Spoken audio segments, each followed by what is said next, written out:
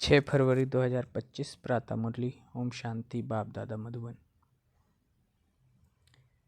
मीठे बच्चे, पुरानी दुनिया के कांटों को नई दुनिया के फूल बनाना यह तुम होशियार मालियों का काम है।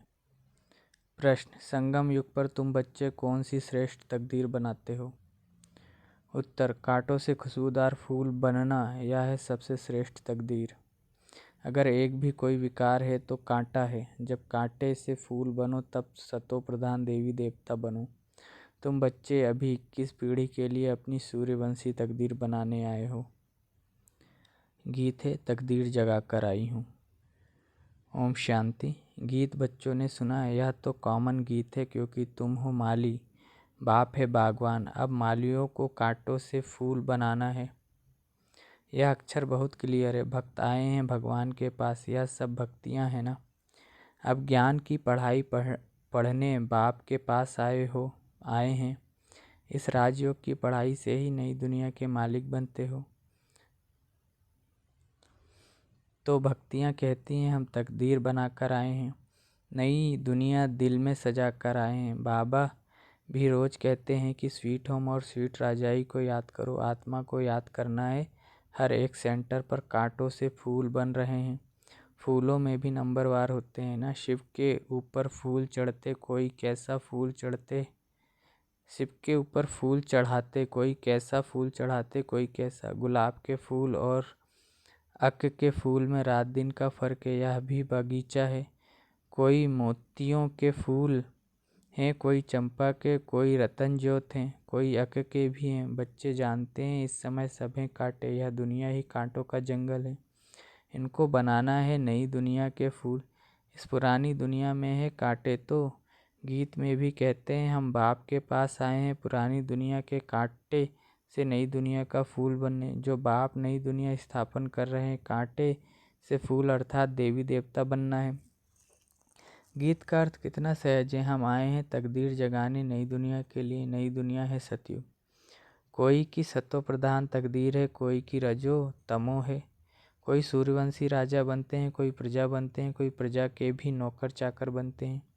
यह नई दुनिया की राजाई स्थापन हो रही है। स्कूल में तकदीर जगाने जाते हैं ना। यहाँ तो है नई दुनिया की बात। इस पुरानी दुनिया में क्या तकदीर बनाएंगे? तुम भविष्य नई दुनिया में देवता बनने की तकदीर बना रहे हो, जिन देवताओं को सभी नमन करते आए हैं। हम ही सो देवता पूज्य थे, फिर हम ही पुजारी बने हैं। 21 जन्मों का वर्षा बाप से मिलता है, जिसे 21 पीढ़ी कहा जाता है। पीढ़ी वृद्ध अवस्था तक को कहा जाता है। बाप 21 पीढ़ी का वर्षा देते हैं क्योंकि युवा अवस्था में व बचपन में बीच में काले मृत्यु कभी होती नहीं, इसलिए उनको कहा जाता है अमर लोक। यह है मृत्यु लोक, रावण राज। यहाँ हर एक में विकारों की प्रवेशता है। जिसमें कोई एक भी विकार है तो कांटे हुए ना। बाप समझेंगे माली रॉयल खुशबूदार फूल बनाना नहीं जानते हैं। माली अच्छा होगा तो अच्छे अच्छे फूल तैयार करेंगे। विजय माला में पिरोने लायक फूल चाहिए। देवताओं के पास अच्छे अच्छे फूल ले जाते हैं ना। समझो क्वीन एलिजाबेथ आती है तो एकदम फर्स्ट क्लास फूलों की माला बनाकर ले जाएंगे। यहाँ के मनुष्य तो हैं तमो प्रधान। शिव के मंदिर में भी जाते हैं, समझते हैं ये भगवान है। ब्रह्मा विष्णु शंकर को तो देवता कहते हैं, शिव को भगवान कहेंगे तो वह ऊंच से ऊंचा हुआ ना। अब शिव के लिए कहते धतूरा खाता था, भांग पीता था, कितनी ग्लानि करते हैं। फूल भी अक्के ले जाते हैं। अब ऐसा परमपिता परमात्मा उनके पास ले क्या जाते हैं? तमो प्रधान कांटों के पास तो फर्स्ट क्लास फूल ले जाते हैं।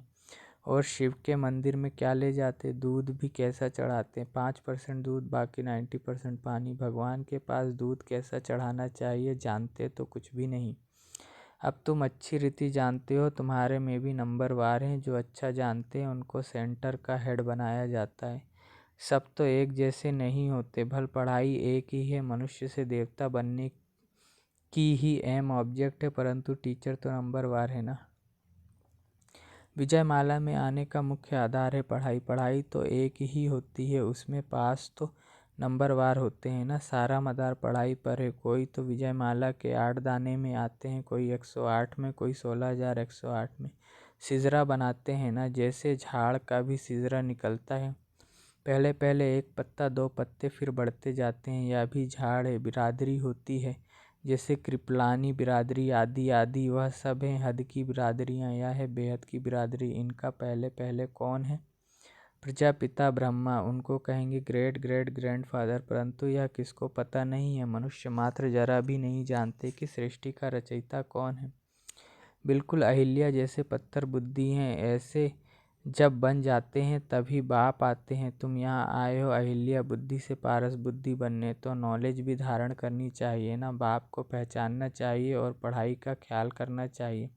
समझो आज आए हैं, कल अचानक शरीर छूट जाता है, फिर क्या पद पा सकेंगे। नॉलेज तो कुछ भी उठाई नहीं, कुछ भी सीखे नहीं, तो क्या पद पाएंगे। दिन प्रतिदिन जो देरी से शरीर छोड़ते हैं उनको टाइम तो थोड़ा मिलता है, क्योंकि टाइम तो कम होता जाता है। उसमें जन्म ले क्या कर सकेंगे। हाँ, तुम्हारे से जो जाएंगे तो कोई अच्छे घर में जन्म लेंगे, संस्कार ले जाते हैं तो वह आत्मा झट जाग जाएगी।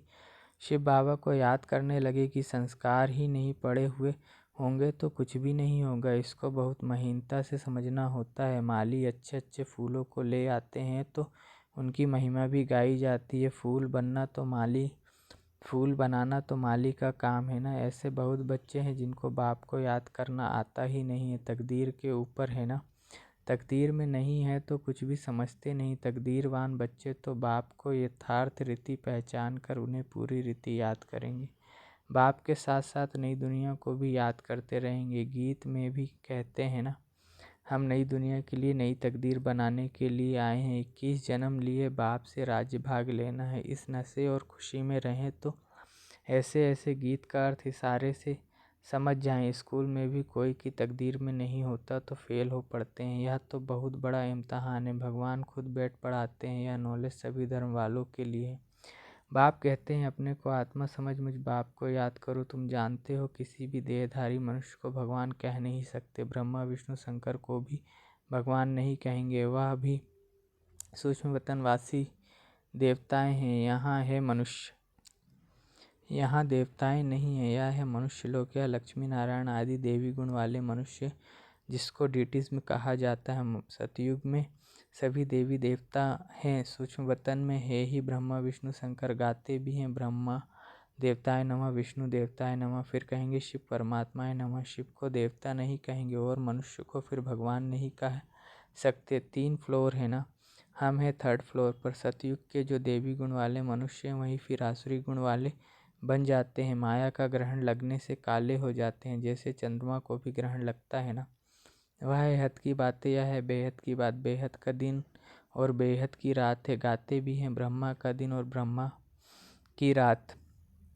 गाते भी हैं ब्रह्मा का दिन और रात। तुमको अभी एक बाप से ही पढ़ना है, बाकी सब कुछ भूल जाना है। बाप द्वारा पढ़ने से तुम नई दुनिया के मालिक बनते हो। यह सच्ची सच्ची गीता पाठशाला है। पाठशाला में हमेशा नहीं रहते। मनुष्य समझते हैं भक्ति मार्ग भगवान से मिलने का मार्ग है। जितना बहुत भक्ति करेंगे तो भगवान राजी होगा और आकर फल देगा। यह सब बातें तुम ही अब समझते हो। भगवान एक है जो फल अभी दे रहे हैं। जो पहले पहले सूर्यवंशी पूजते उन्होंने ही सबसे जास्ती भक्ति की है, वही यहाँ आएंगे। तुमने ही पहले पहले शिव बाबा की अव्यभिचारी भक्ति की है तो जरूर तुम ही पहले पहले भक्त ठहरे, फिर गिरते गिरते तमो प्रधान बन जाते हो। आधा कल्प तुमने भक्ति की है, इसलिए तुमको ही पहले ज्ञान देते हैं। तुम्हारे में भी नंबर वार हैं। तुम्हारी इस पढ़ाई में यह बहाना नहीं चल सकता कि हम दूर रहते हैं इसलिए रोज़ नहीं पढ़ सकते। कोई कहते हैं हम 10 माइल दूर रहते हैं। अरे बाबा की याद में तुम 10 माइल भी पैदल करके जाओ तो कभी थकावट नहीं होगी। कितना बड़ा खजाना लेने जाते हो। तीर्थों पर मनुष्य दर्शन करने लिए पैदल जाते हैं, कितना धक्का खाते हैं। यह तो एक ही शहर की बात है। बाप कहते हैं मैं इतना दूर से आया हूँ, तुम कहते हो घर 5 माइल दूर है। वाह, खजाना लेने के लिए तो दौड़ते आना चाहिए। अमरनाथ पर सिर्फ दर्शन के लिए कहाँ कहाँ से जाते हैं। यहाँ तो अमरनाथ बाबा स्वयं पढ़ाने आए हैं। तुमको विश्व का मालिक बनाने आया हूँ। तुम बहाना करते रहते हो। सवेरे अमृत वेले तो कोई भी आ सकते हैं। उस समय कोई डर नहीं है, कोई तुमको लूटेंगे भी नहीं। अगर कोई चीज़ जेवर आदि होंगे तो छीनेंगे। चोरों को चाहिए ही धन पदार्थ, परंतु किसकी तकदीर में नहीं है तो फिर बहाने बहुत बनाते हैं। पढ़ते नहीं तो अपना पद गवाते हैं। बाप आते भी भारत में हैं, भारत को ही स्वर्ग बनाते हैं, सेकंड में जीवन मुक्ति का रास्ता बताते हैं। परंतु कोई पुरुषार्थ भी करे ना, कदम ही नहीं उठाएंगे तो पहुंच कैसे सकेंगे। तुम बच्चे समझते हो कि यह है आत्माओं और परमात्माओं का मेला। बाप के पास आए हैं स्वर्ग का वर्षा लेने। नई दुनिया की स्थापना हो रही है, स्थापना पूरी हुई और विनाश शुरू हो जाएगा। यह वही महाभारत की लड़ाई है ना। अच्छा, मीठे मीठे सिकले दे बच्चों प्रति माता पिता बाप दादा का याद प्यार और गुड मॉर्निंग। रूहानी बाप की रूहानी बच्चों को नमस्ते। मुझे रूहानी बच्चे की रूहानी माता पिता मम्मा बाबा बाप दादा को याद प्यार गुड मॉर्निंग और नमस्ते। शुक्रिया बाबा, शुक्रिया आपका पद्मा पदम गुणा, शुक्रिया। धारणा के लिए मुख्य सार।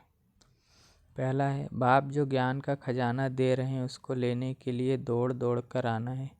इसमें किसी भी प्रकार का बहाना नहीं देना है। बाप की याद में 10 माइल भी पैदल चलने से थकावट नहीं होगी। दूसरा है, विजय माला में आने का आधार पढ़ाई है। पढ़ाई पर पूरा ध्यान देना है। कांटों को फूल बनाने की सेवा करनी है। स्वीट होम और स्वीट राजाई को याद करना है। वरदान है, संगम युग के महत्व को जान, एक का अनगिनत बार रिटर्न प्राप्त करने वाले सर्व प्राप्ति संपन्न भव। संगम युग पर बाप दादा का वायदा है 1-2 लाख लो। जैसे सर्वश्रेष्ठ समय, सर्वश्रेष्ठ जन्म, सर्वश्रेष्ठ टाइटल्स इस समय के हैं, वैसे सर्व प्राप्तियों का अनुभव अभी ही होता है। अभी एक का सिर्फ लाख गुना नहीं मिलता, लेकिन जब चाहो, जैसे चाहो, जो चाहो, बाप सर्वेंट रूप में बंधे हुए हैं। एक का अनगिनत बार रिटर्न मिल जाता है, क्योंकि वर्तमान समय वरदाता ही आपका है। जब बीज आपके हाथ में है तो बीज द्वारा जो चाहो वह सेकंड में लेकर सर्व प्राप्तियों से संपन्न बन सकते हो। स्लोगन, कैसी भी परिस्थिति हो, परिस्थिति चली जाए लेकिन खुशी नहीं जाए। अव्यक्त इशारे, एकांत प्रिय बनो, एकता और एकाग्रता को अपनाओ। एकता और एकाग्रता यह दोनों श्रेष्ठ भुजाएं हैं कार्य करने के सफलता की। एकाग्रता अर्थात सदा निर्व्यर्थ संकल्प निर्विकल्प। जहाँ एकता और एकाग्रता है वहाँ सफलता गले का हार है। वरदाता को एक शब्द प्यारा है, एक व्रता, एक बल एक भरोसा, साथ साथ एक मत, ना मनमत ना परमत, एक रस, ना और कोई व्यक्ति ना वैभव का रस। ऐसे ही एकता एकांत प्रिय। ओम शांति।